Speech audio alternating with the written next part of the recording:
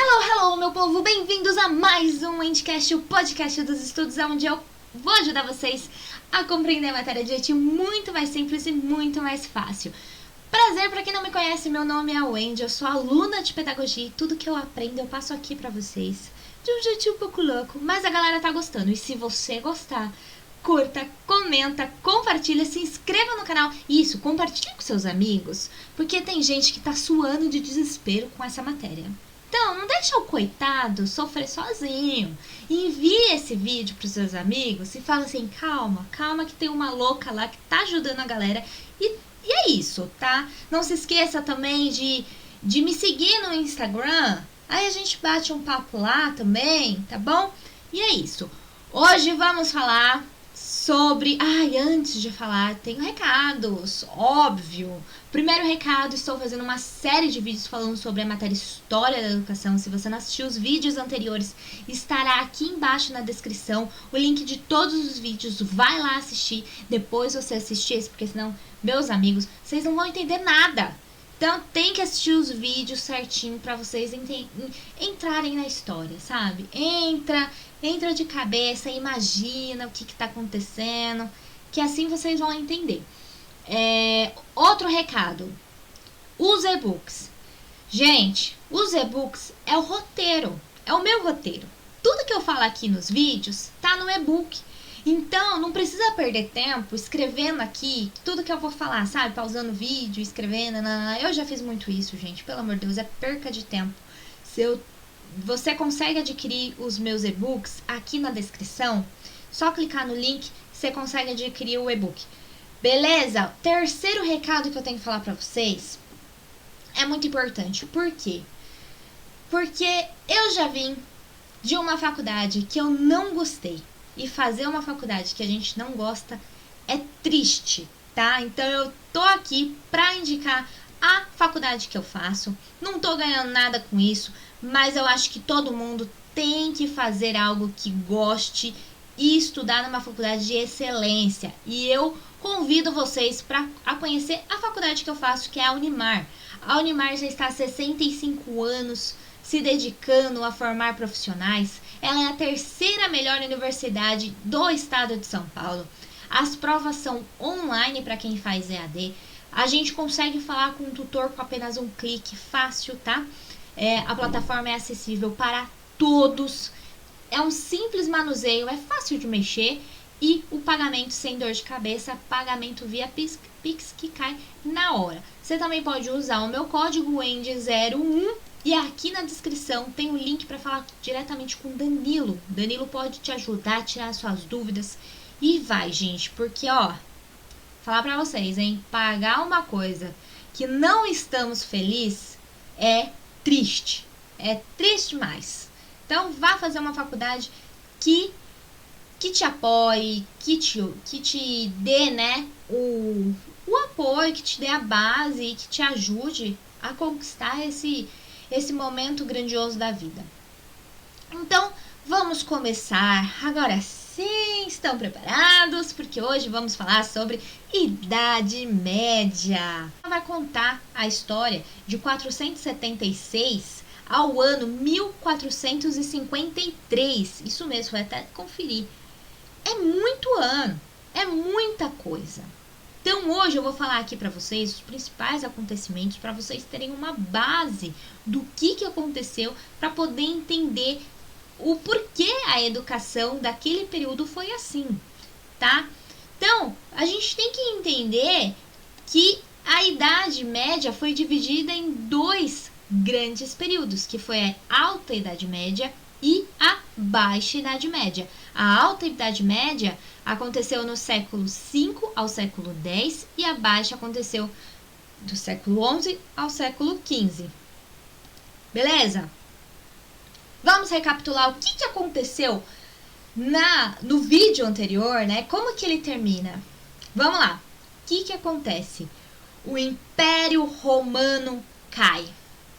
Por que cai? Porque ele foi invadido pelos germânicos, pelos povos germânicos. E esses povos construíram vários reinos. virando então reinos bárbaros. O que são os bárbaros? Vieram me perguntar o que é bárbaro. Gente, bárbaro é todo mundo que não era romano, era considerado um bárbaro. Então, construiu diversos reinos bárbaros. Outra coisa muito importante que vocês têm que entender é que esse período inicia assim, entendeu? A Idade Média acontece aqui, ó. Essa é a Europa. A Europa, ela foi dividida. Aqui na parte roxa, ela é o Império Bizantino. O que aconteceu, que a Idade Média que nós vamos falar, é a Europa Ocidental, que é esse lado mais colorido, tá? Este lado da Europa Ocidental, ela foi invadida pelos bárbaros. E é assim que inicia a Idade Média. Só que tem um reino que ficou muito forte, que é o Reino Franco. Vou trazer aqui imagens para vocês. Este Reino Franco. O Reino Franco, ele é toda essa parte verde, tá? E ele teve um principal representante, que foi Carlos Magno, que trouxe também imagens para vocês dele.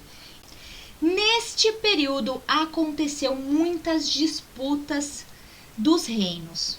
Só que uma coisa tinha em comum entre eles, que era a religião, a Igreja Católica. A Igreja Católica foi a única coisa que se expandiu. Foi a única coisa que ficou de pé desde o Império Romano. Porque lá no Império Romano, eles já tinham decretado a Igreja Católica como a religião oficial, tá? E a igreja só se expandiu. Então, o que aconteceu neste período? O Império Franco, ele tinha grande poder, tá? E aí, a igreja, junto com o Império Franco, eles tiveram uma troca de poder. A igreja, ela tinha um poder espiritual, passando a legitimar as conquistas territoriais dos francos. Ou seja, ela falava para os francos que a sua conquista é uma conquista de Deus. Já os francos, eles começavam a se converter ao cristianismo, à religião católica. Deu para entender? Essa aliança entre a Igreja Católica e os francos foram muito forte e muito importante neste período. Lembra que eu falei para vocês aqui o Império Franco era isso aqui. O que eles viraram? Isso aqui. O Império Franco, ele se expandiu e, consequentemente, a igreja também se expandiu. Claro que a história não acontece de um dia para o outro, né, gente? Eu tô falando de 1000 anos de história, então ocorreu assim, gradativamente. Então, o Império Franco cresceu, a igreja cresceu. Volta lá, vamos olhar de novo. Até essa parte, toda a parte verde é do Império Franco, até essa partezinha aqui, que é um verde mais claro, eles são territórios dependentes dos francos. Então, olha a quantidade de território que estava no poder deles. O imperador Carlos Magno, volta aqui a imagem para vocês lembrarem dele, ele foi considerado o primeiro imperador do Sacro Império Romano Germânico, tendo a sua coroação no dia 25 de dezembro de 800. E a Igreja Católica, o que ela fez? Ela aproveitou para promover a conversão dos pagãos. Então, durante todo esse processo de invasão dos bárbaros, de desagregação do Império Romano, os povos europeus, eles começaram a fazer um processo de ruralização. O que é isso? O povo, né, eles já estavam sofrendo de fome, já estavam sofrendo de doenças e também de violência. Eles acabaram indo para a zona rural. E o que tinha lá nessa zona rural? Alguém lembra? Nas aulas anteriores? Gente, na zona rural tinha aquelas terras gigantes que era de quem? Dos patrícios. Lembra dos patrícios? As terras deles. E aí o povo começou a ir tudo pra lá. Porque ali tem o quê? Proteção. E esse processo de ruralização, as pessoas indo para a zona rural, as pessoas procurando proteção, isso se chama feudalização. Por quê? Presta atenção em mim. Quando o povo chegou para esses antigos patrícios, falar assim, pelo amor de Deus, Senhor, eu preciso de uma casa para morar, eu tô sem nada. Aí os patrícios, muito bonzinhos, falaram assim, vem, entre aqui, eu te dou um pedacinho de terra, você mora ali, só que aí você trabalha pra mim, tá? E foi isso. Isso que aconteceu é chamado de feudalismo. Quando os antigos patrícios, eles passaram a ser senhores feudais, os donos das terras, e o povo, né, os camponeses, passaram a ser chamados de servos. Então, os senhores feudais, junto com os servos, eles fizeram um contrato vassílico. Que é isso? Os senhores feudais davam proteção e os servos trabalhavam para eles. E os servos tinham que ter lealdade e honra aos senhores feudais. Porque, cara, eles me deram uma casa, eles me deram um trabalho, eu preciso ser honrado por eles. Tá entendendo, gente? Isso é o feudalismo. Então, vamos entender como que era a sociedade. Primeiro, tem quem? O clero que é a Igreja Católica, que durante a Idade Média tinha o controle do conhecimento através dos seus dogmas. E vale notar ainda mais que o clero é a única via de conhecimento. Embaixo do clero tá quem? A nobreza. Ela é formada pelo rei, pelos senhores feudais e também pela cavalaria.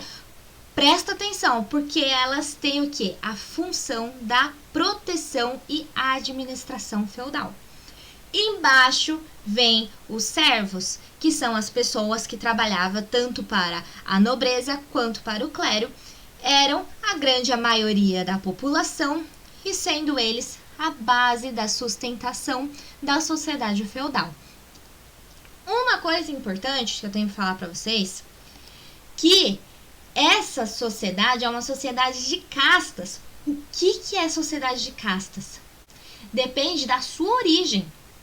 Se você nasceu servo, meu amigo, você não tem como crescer. Você vai morrer servo. Tá entendendo? Porque você nasceu, você vai ser. Não tem como subir. É isso. Sociedade de castas. Gente do céu, eu tive que ligar o ventilador porque daqui a pouco vocês estariam vendo meu suor pelo vídeo. Vão ouvir um pouquinho de barulho, mas presta aqui atenção em mim. Vamos lá. Continuando a aula que tá muito boa. Não se esqueça de curtir o vídeo se você estiver entendendo, se você estiver gostando. Outra coisa importante que vocês têm que saber.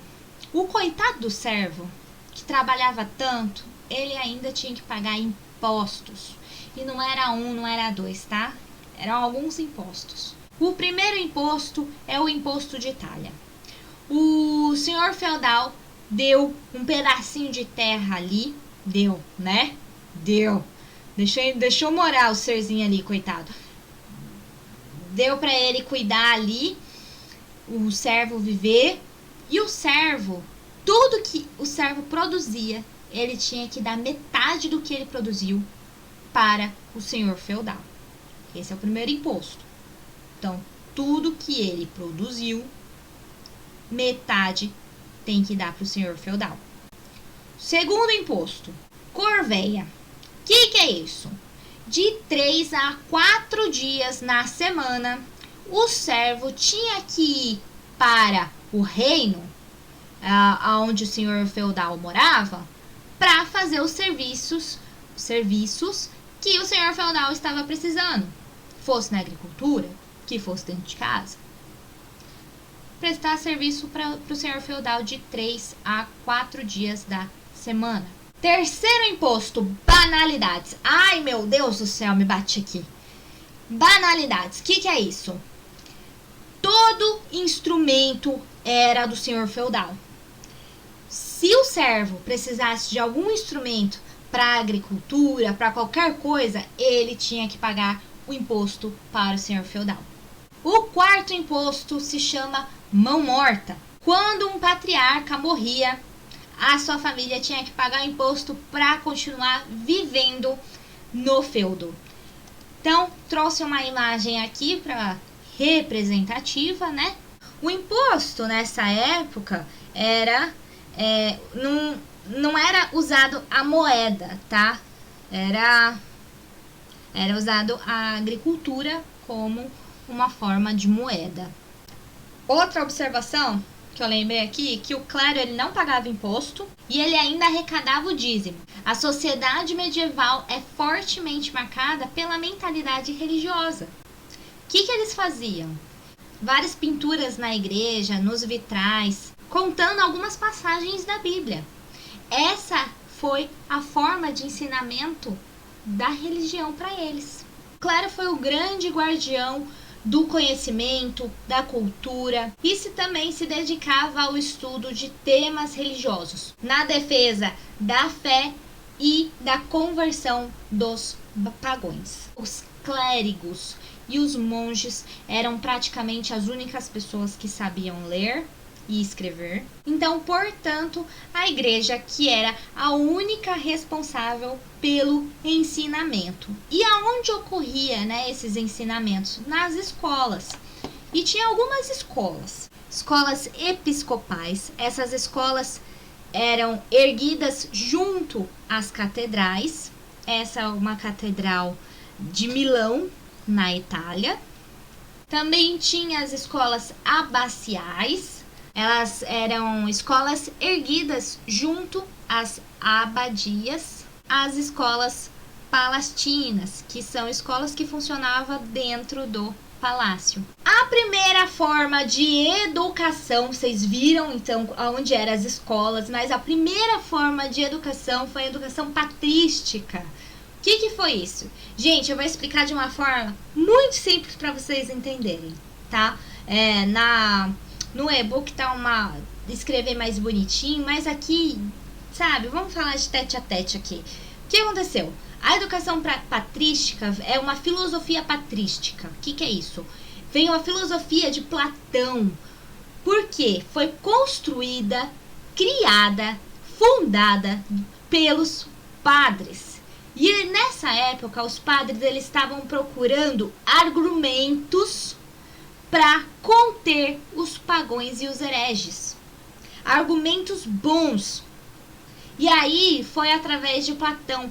Quem foi o principal, não é responsável, mas foi o principal membro, o principal influente, foi o Santo Agostinho. E esse pessoal, esses padres, eles se preocuparam principalmente em tentar equilibrar a fé da razão, entre a fé e a ciência, para então poder entender a natureza de Deus e da alma. Trouxe aqui algumas principais características.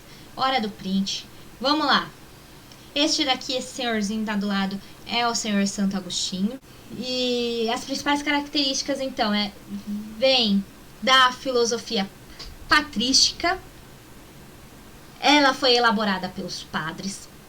Formação de homens iluminados, bons cristãos. Esse é o principal objetivo, tá? Formar bons homens iluminados, bons cristãos que participavam de várias aprendizagens nos mosteiros. Mosteiros era o local que era guardado tudo, tá? Até mesmo a cultura greco-romana estava guardada lá, dentro dos mosteiros. E dentro dos mosteiros que eles também escreviam livros, enfim. O trabalho nos mosteiros, aqui ó, Eram copistas de livros, estudo de literatura e a formação de um ambiente de estudo e a reflexão. Os mosteiros funcionavam como centro de pesquisa, biblioteca e cópias de manuscritos. A salvação da alma e determinação da vida eterna, este é o principal objetivo para eles. Constituíram o sétivium, que é o triunvio mais o quadrivium. O triunvio, para quem não lembra, é a gramática, retórica, dialética, e o quadrivium é a aritmética, geometria, música e a astronomia. Então, a educação patrística era a junção desses dois. Quem adquiriu o e-book, no e-book eu coloquei uma biografia do Santo Agostinho. Tá falando os principais pensamentos, tá? Muito interessante. Então, vocês vão entender um pouco sobre o que ele pensava e como que ele agia. Aqui no e-book tá falando mais sobre ele. Aí, eu trouxe outros pontos importantes para vocês não esquecerem. Quando eu falo, gente, ponto importante, é que isso cai praticamente todas as provas, tá? Então, aproveita, tira print, anota, que é importante. Então, vamos lá. Os pontos importantes que vocês não podem esquecer. Neste período, foi a formação do modo de produção feudal, o feudalismo, a atuação da Igreja Católica controlando a produção científica, escondendo livros e perseguindo cientistas. Sim, por quê? Porque ela queria controlar tudo. A Igreja Católica que controlava tudo, que controlava o que ia ensinar, o que não ia ensinar. Você acha que eles queriam que o povo fosse o quê? Inteligente? Claro que não. Preciso ter o quê? O povo no meu controle. Volta aqui, bora lá. Então, a igreja criou o Tribunal do Santo Ofício para perseguir aqueles que eram contra suas ideias. Os romanos eram práticos, buscando resultados concretos e utilitário das coisas. Isso daqui eu já tinha falado para vocês, né, na aula anterior, que eles eram práticos. Continuam sendo. Valorizavam os bens terrenos e Deus era considerado um instrumento para a conquista desses bens. Esse ponto aqui é importante porque vocês vão ver o que vai acontecer na Baixa Idade Média. Tinham devoção à família e ao Estado. Educação vem da concepção de direitos e deveres quando os pais para os filhos. A igreja e o clero têm o domínio da religião, da política, da educação e também da economia. A educação tem um sistema vertical com punições físicas. Uma coisa que eu aprendi é esse sistema vertical. Quando fala assim, sistema vertical, professor e aluno. O professor manda. O professor, ele pode punir, o professor, ele pode bater, o professor, ele pode fazer o que ele quiser, tá? Sistema vertical. Volta lá. Meninas aprendiam na escola doméstica. Os dogmas religiosos não poderiam ser contestados pelos estudos científicos e alguns desses dogmas era isso daqui é importante que cai na prova, viu? Tem faculdades que caem isso aqui em prova. Geocentrismo, que é o dogma, tá? Que eles tinham. Geocentrismo, a Terra é o centro do universo. Teocentrismo, Deus é o centro de todas as explicações. Teocracia, todo o poder do rei emana de Deus.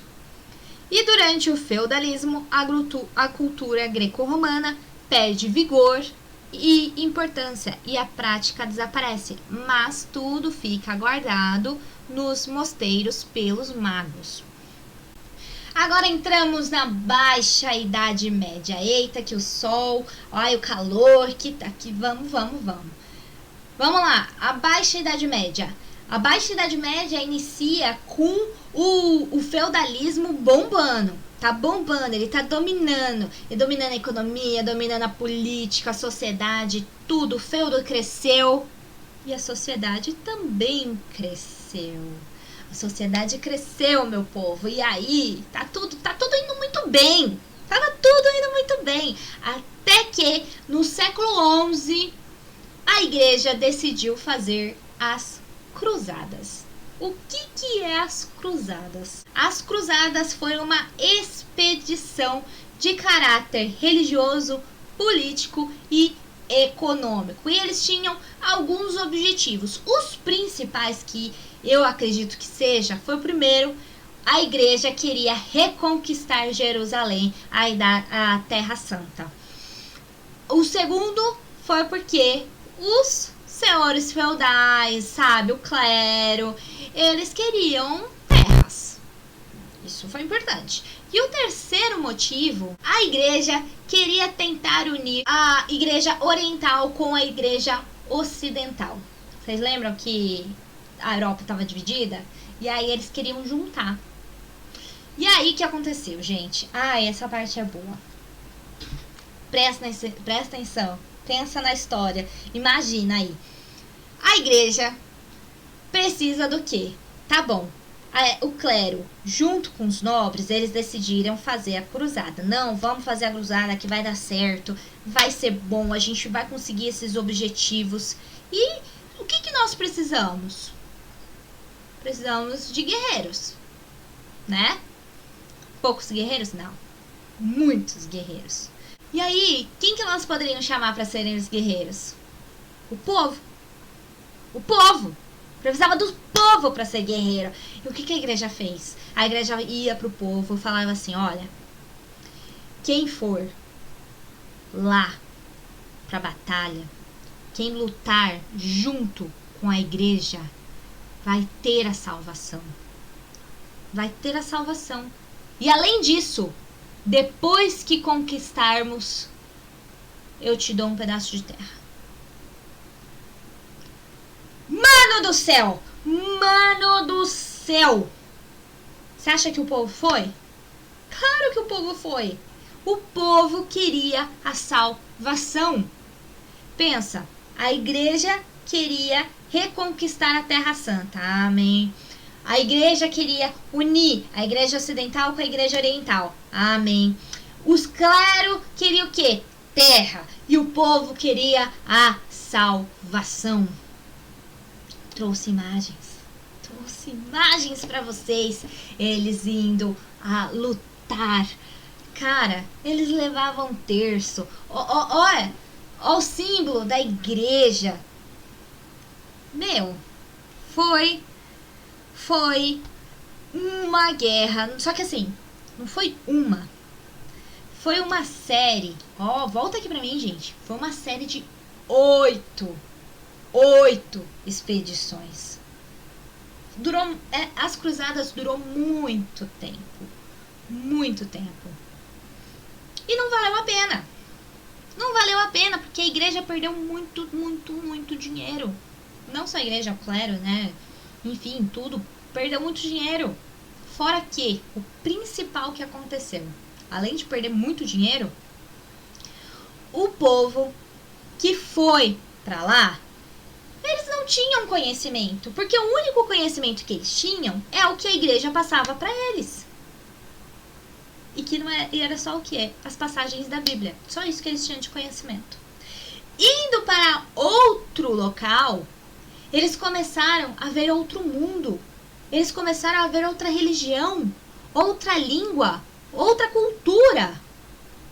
E eles voltaram. Quando esses povos voltaram, eles começaram a falar: gente, lá não é assim. Lá é melhor do que aqui. Lá tem isso, lá tem aquilo. E aí a galera não voltou pro feudo. A galera começou a ir pra cidade, a formar pequenas cidades. Outro ponto importante que eu preciso falar para vocês. O comércio marítimo do Mediterrâneo, ele bombou demais. Ele estava vendendo produtos luxuosos, vendendo pimenta, vendendo seda, tapetes, joias, o negócio bombou, gente. E aí o povo voltando para a cidade formou o que? Várias cidades medievais. E essas cidades medievais se chama burgo. E aí, lembra que não é de um dia para noite, tá? Isso gera tempo.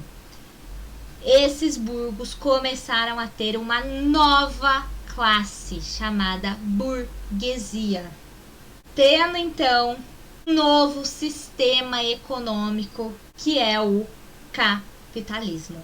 A população cresceu muito até o século XIV, só que aí ocorreu a peste. A peste matou muita gente. Eu trouxe entre 1346 e 1353. Dizimou grande parte da população europeia. E aí diminuiu o mercado, diminuiu a economia e caiu, né, gente? Aí o negócio deu ruim. Então vamos falar sobre educação. A segunda educação que teve, que foi a escolástica, também chamada de filosofia escolástica, que aconteceu do século XI ao século XV, bem no período aí das cruzadas, e que contribuiu, essa educação escolástica que contribuiu para o surgimento das universidades. Obviamente que o ensino é inspirado pela igreja em todas as universidades medievais.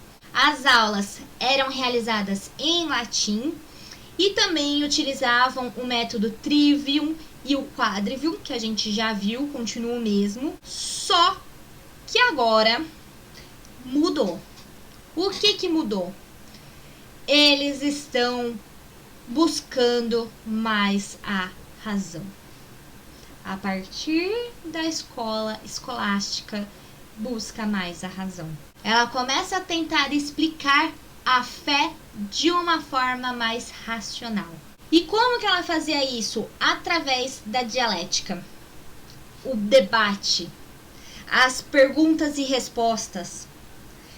Isso fez com que as pessoas começassem a pensar por elas mesmas. Elas começaram a se debater, elas começaram a dialogar, elas começaram a fazer o quê? A utilizar a razão. E isso é importante porque Sócrates usava a dialética para ensinar os seus alunos, Sócrates, Platão. E eles usavam para contribuir com a reflexão, com a compreensão e a transmissão de conhecimento. Trouxe também pontos importantes deste período da educação. Vamos lá. Chamava-se escolástica todo método de pensamento crítico e os trabalhos feitos nas universidades medievais. Prestava-se um conjunto de saberes dedicavam ao estudo da filosofia e da teologia. Concentrava-se nas 7 artes liberais, que é o trivium e o quadrivium. Formação física e espiritual, estudo bíblico mais profundo, tendo a razão uma importância maior. Valorizavam a leitura, a dialética, perguntas e resposta. A escolástica foi muito eficiente na tentativa de atrair os pagões, utilizando argumentos racionais ao invés da força física. Maior representante foi São Tomás de Aquino. Uma coisa importante que eu também não coloquei, eu acabei esquecendo, mas muito importante, é que São Tomás de Aquino, ele se inspirava muito em Aristóteles, tá? No e-book tá escrito, mas aqui não. Então, adiciona isso daí. E aí, essas instituições, elas acabaram recebendo pessoas de toda a Europa. Pessoas que não tinham os mesmos costumes, a mesma cultura e nem mesma religião. E aí começou a ter o quê? Ter discussões, né, gente? Só que isso foi bom, porque aí eles começaram a usar ainda mais a dialética, começaram ainda mais a debater e usar ainda mais o raciocínio, ainda mais a razão. Dentro da universidade tinha uma organização lá dentro. Cada um elegia o seu reitor, tipo um governo democrático. Fora isso, eles tinham alguns privilégios, os alunos e os reitores. Eu vou ler aqui do lado, porque eu não lembro de cor.